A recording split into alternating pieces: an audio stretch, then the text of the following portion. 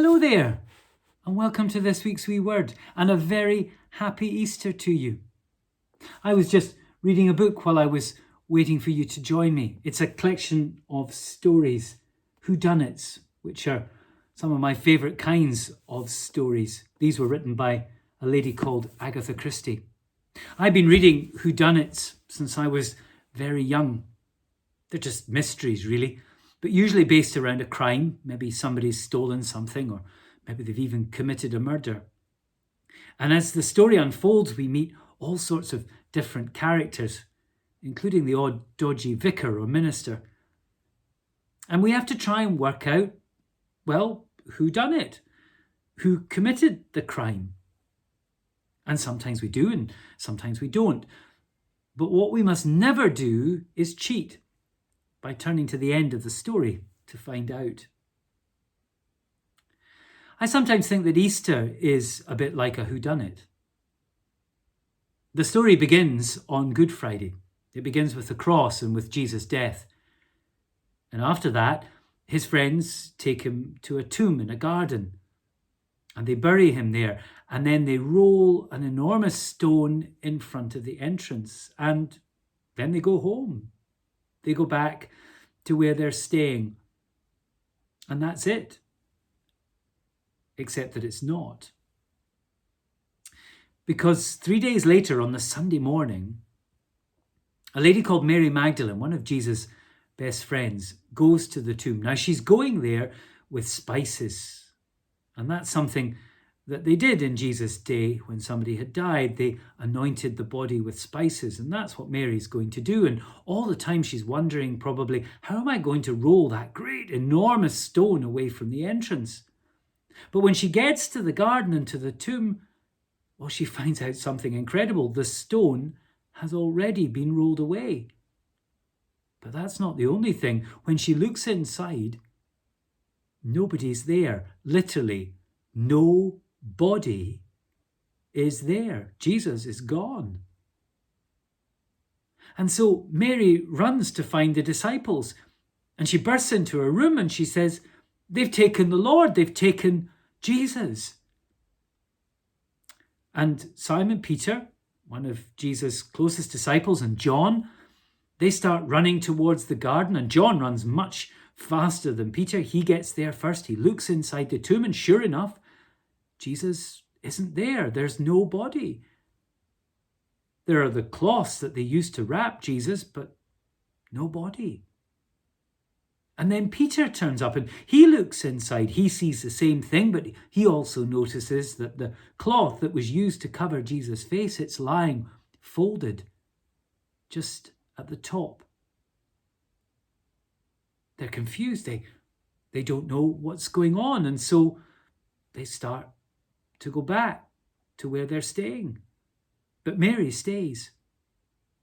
She's very upset. She's crying. And she looks inside the tomb again. Maybe she's missed something. And this time she sees two people sitting there. She doesn't know who they are, but the Bible tells us they're angels. And they ask, why are you crying? And Mary says, because they've taken my Lord and I don't know where he is. And then she hears something behind her and she turns round and there's a man standing there. She doesn't know who he is, but she thinks he must be the gardener. And he asks, why are you crying? And she says, sir, they have taken my friend's body. If you know where he is, tell me so that I can go and fetch him. And then something really amazing happens. It's a real twist. Every whodunit has a twist. And this is the twist in Easter. The man says, Mary. And Mary Magdalene suddenly realizes she knows this man who's standing in front of her. It's not a gardener. It's Jesus. And she says, Rabboni, which is Aramaic for teacher. That's one of the names that people used to call Jesus. She knows who he is. Jesus then says to her, don't try and hold me. Don't try and touch me. I've still got to go back to my Father. Go and tell the disciples that I am going ahead of them and I will meet them in Galilee. And that's just what Mary does.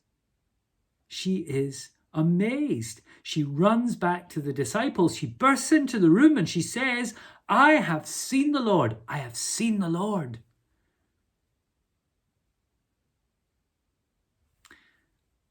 So who did it at Easter?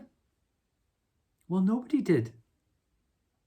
There was no murder because Jesus didn't die. Jesus is alive. That's the real twist in the story of Easter. That Jesus didn't die. That he lives then and now, today.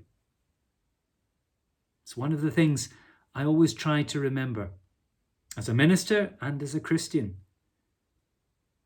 That Jesus is alive today. That I could pass somebody in the street and without realizing it, it could be Jesus. I hope you have a very happy Easter, filled with the joy of the resurrection, with the joy of knowing that Jesus is alive, the same joy that Mary felt when she heard that voice speak her name. I hope you feel that joy today and for lots and lots of days to come. Take care. Be good to yourself, be kind to yourself and to the people around you. Share the joy of Easter with them. And God bless. Bye.